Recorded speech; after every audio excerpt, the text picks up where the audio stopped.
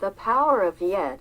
I heard about a high school in Chicago where students had to pass a certain number of courses to graduate, and if they didn't pass a course, they got the grade, not yet.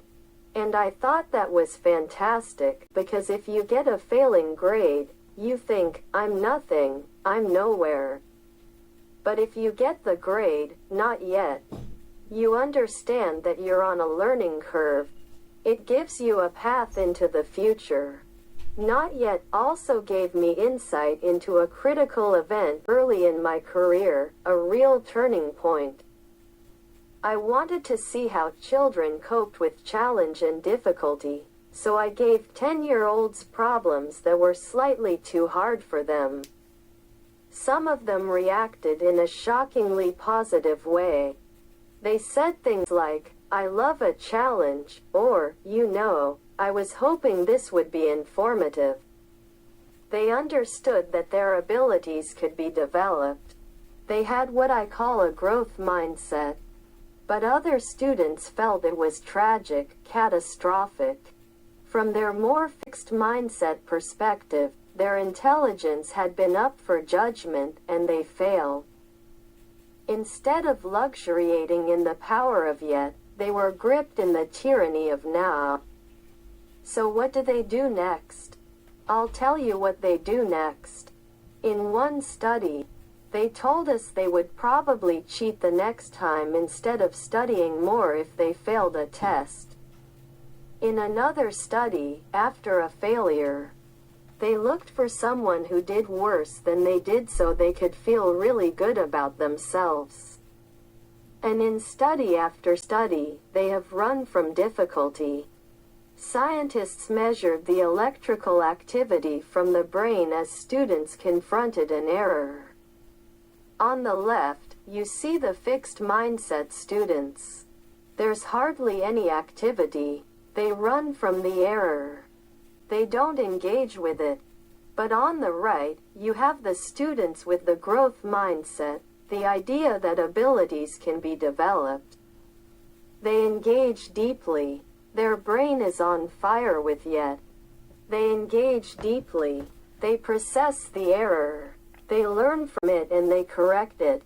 How are we raising our children? Are we raising them for now instead of yet? Are we raising kids who are obsessed with getting A's? Are we raising kids who don't know how to dream big dreams?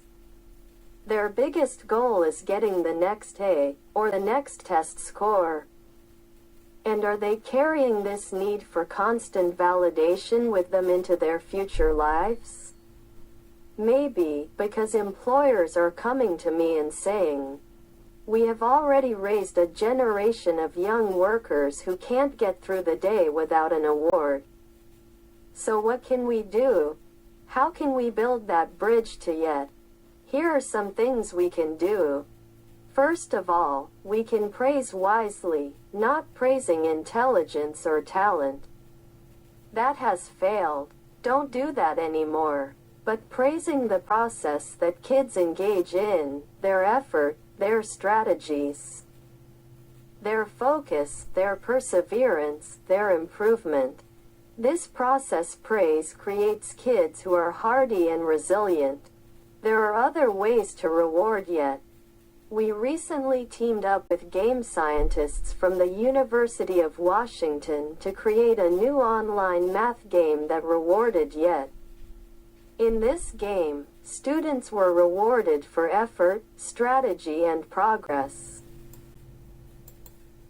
The usual math game rewards you for getting answers right now, but this game rewarded process.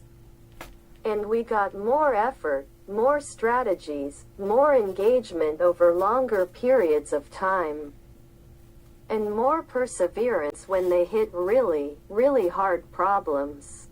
Just the words, yet, or, not yet, we're finding, give kids greater confidence. Give them a path into the future that creates greater persistence. And we can actually change students' mindsets. In one study, we taught them that every time they push out of their comfort zone to learn something new and difficult, the neurons in their brain can form new, stronger connections, and over time, they can get smarter. Look what happened. In this study, students who were not taught this growth mindset continued to show declining grades over this difficult school transition. But those who were taught this lesson showed a sharp rebound in their grades. We have shown this now, this kind of improvement, with thousands and thousands of kids, especially struggling students. So let's talk about equality. In our country, there are groups of students who chronically underperform. For example, children in inner cities, or children on Native American reservations. And they've done so poorly for so long that many people think it's inevitable. But when educators create growth mindset classrooms steeped in yet, equality happens. And here are just a few examples. In 1 year, a kindergarten class in Harlem, New York scored in the 95th percentile on the National Achievement Test. Many of those kids could not hold a pencil when they arrived at school.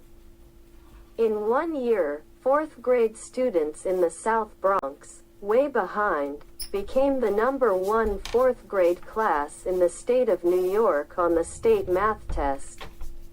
In a year to a year and a half, Native American students in a school on a reservation went from the bottom of their district to the top, and that district included affluent sections of Seattle.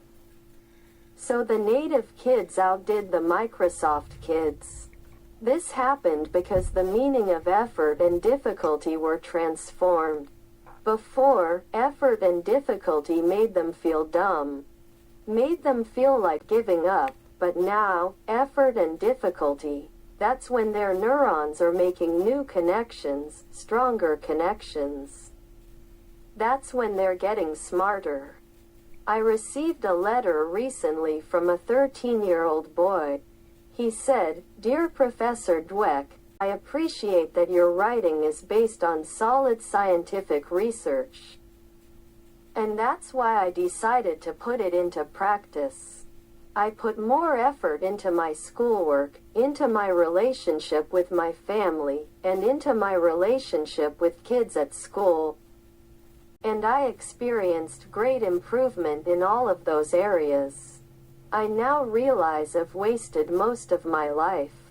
Let's not waste any more lives, because once we know that abilities are capable of such growth, it becomes a basic human right for children, all children, to live in places that create that growth, to live in places filled with, yet."